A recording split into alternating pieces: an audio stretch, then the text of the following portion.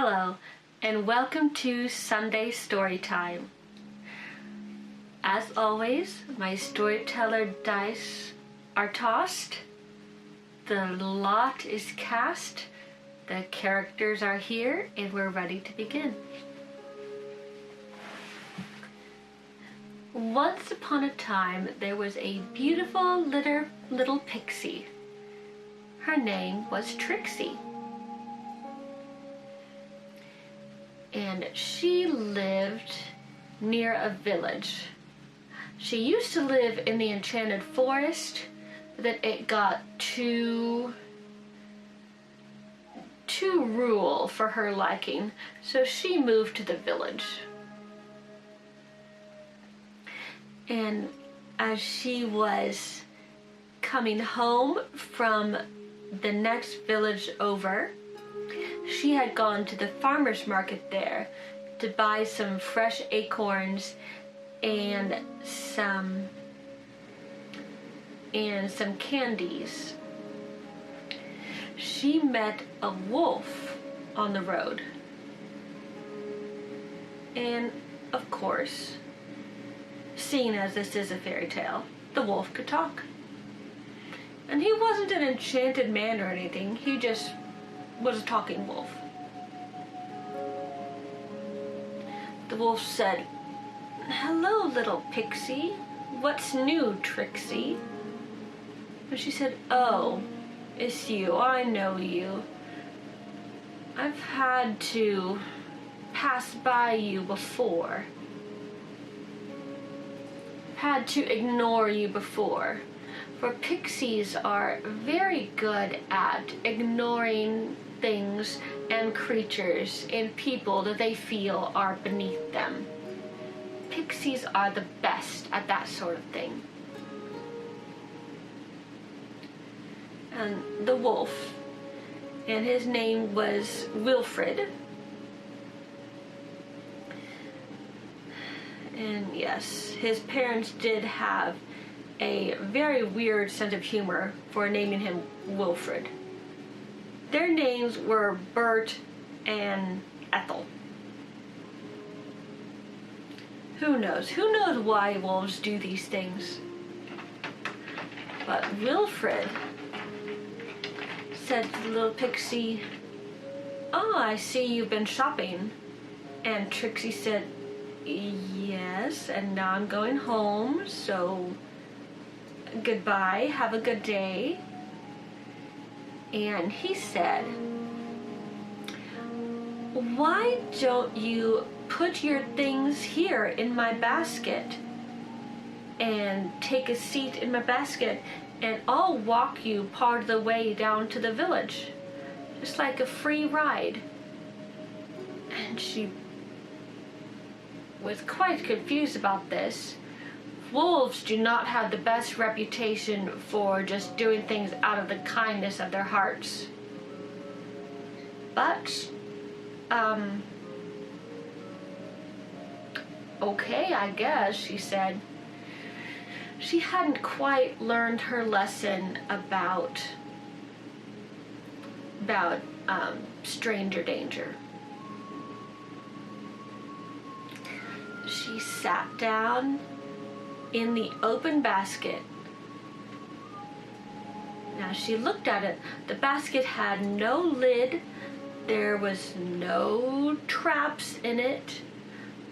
There was no reason why she couldn't just fly out of it at any time if there was anything amiss. So she decided to take his offer. And she sat down in the basket and took a load off her feet and her wings, mostly her wings. For she was admittedly quite tired. She had had a lot of errands to do all that week, getting ready for the flower festival next week. So she was quite busy, and she was quite tired.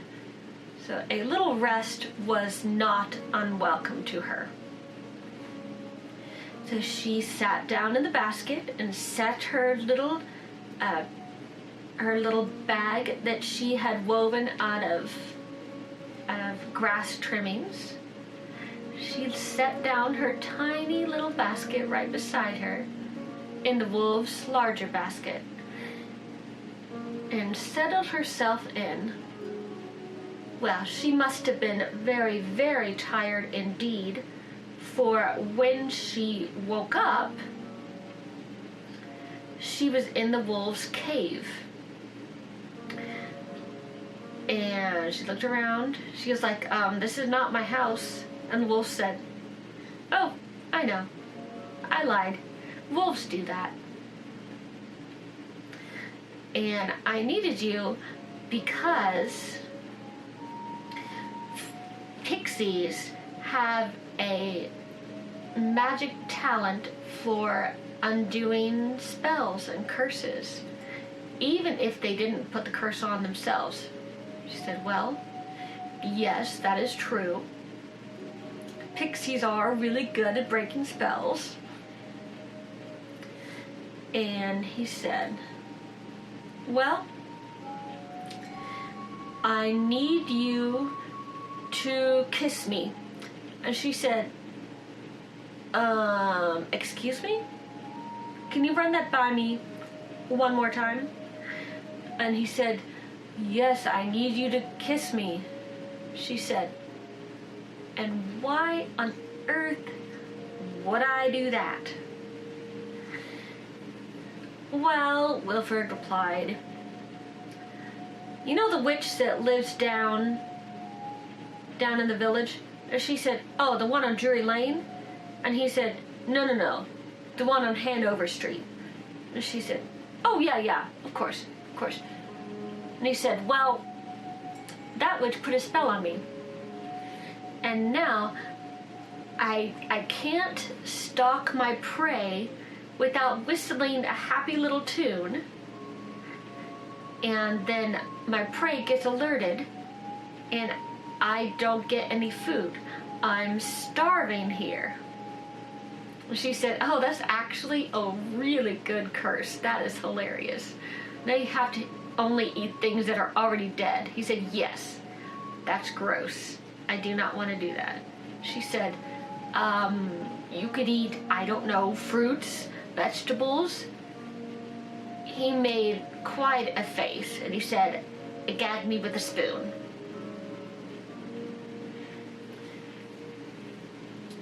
So Trixie said, what will you do if I give you a kiss? And does it have to be a mouth kiss? Can it be just like a little peck on the cheek? And he said, I don't know. We can ask the witch. The one that lives on Drury Lane? No, we already went over this. The one that lives in Hanover. Oh yeah, that's right. So she thought about it for a little while. She said, again, what will you give me in return? And Wilfred said, how about I promise not to hunt any pixies this week? She said, this week? Try the whole year. And he said, no, a month? She said, no, a year. You will not even attempt to hunt pixies for an entire year. You may hunt all the other animals of the Enchanted Forest and on the coastline, but you may not hunt pixies and fairies. He thought about it, he hemmed, he hawed, and Trixie said, yeah, it's up to you. Do you want to eat roadkill? Or do you want a fresh, juicy rabbit stew? And he licked his lips and started to drool a little bit. He said, okay, fine. I swear I will not even attempt to hunt or hurt, Trixie added, or attempt to maim in any way. He said, fine, I'm gonna hunt, hurt, attempt to maim, none of that. Any fairies or pixies for a year. And she said, all right. So she flew up to him and gave him a little peck on the cheek. Just a little peck on the cheek. And then they both waited, looked around. Nothing seems to be happening, said Wilfred. I can see that, answered Trixie. What, is it like a 24-hour cooling off period, or what's going on here? He said, I don't know, why don't you go ask the witch who lives on Dream. Don't start that again.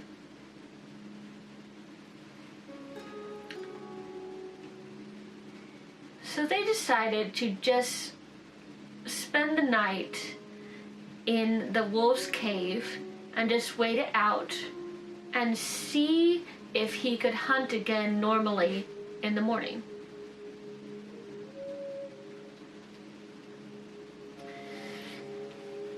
And so Trixie and Wilfred just started talking to pass the time.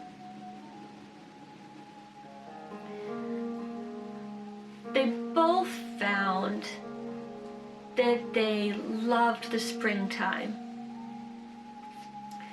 Trixie loved seeing the little nests filled with baby rabbits in the springtime. She said it always made her smile. And then Wilfred said that always made his stomach grumble, so they moved on from that topic. Trixie said she loved to see the beautiful rainbows after a springtime thunderstorm. And Wilfred begrudgingly agreed that yes, he did like to see the beautiful rainbows as well. And then he threatened her quite severely if she told anyone. They both loved the sound of the streams in the forest. They both loved the sound of the crickets. And then they both loved the village as well. They loved busy market days. The wolf, because that was when he could easily steal food and chickens from the farmers.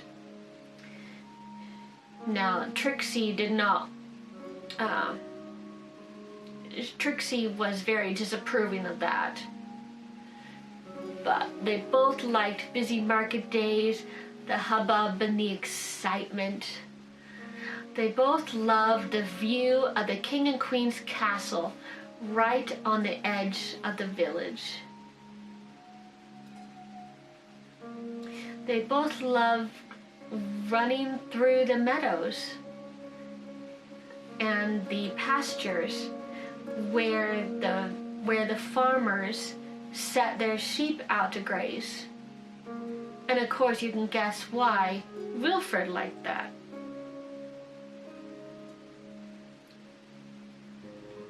And they talked more and more throughout the night. And they found, strangely, that they had more in common than they thought.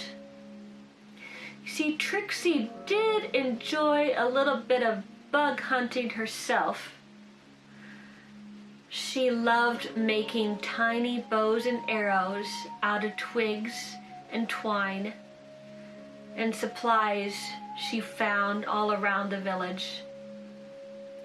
But her prey was usually a cricket, maybe a tiny earthworm. One time, she told Wilfred, she even got a mouse. That was quite exciting. And she had to admit, she did have that mouse stuffed and hung up on her wall as a trophy. And the wolf said, yes, I can respect that. They talked and talked, and before they knew it, the first rays of the sun were peeking through the opening of the wolf's cave. And Trixie said, well, do you want to go test it out and see if the curse is lifted? And so Wilfred did. He went and caught a chicken, and he promised he did not steal from one of the villagers. And Trixie had to admit that she did enjoy a little bit of fried chicken now and again.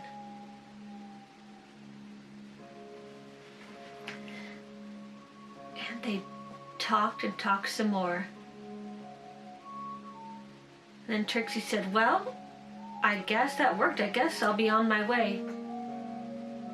And Wolf said, well, guess you could, but also you could come back next week if you wanted to, and we could have dinner and talk again. And Trixie did a secret little smile and turned to him and said, I might like that. And thus began the very, very strange courtship of Wilfred the Wolf and Trixie the Pixie. And their romance was not without trouble, but as a whole, they all lived happily ever after.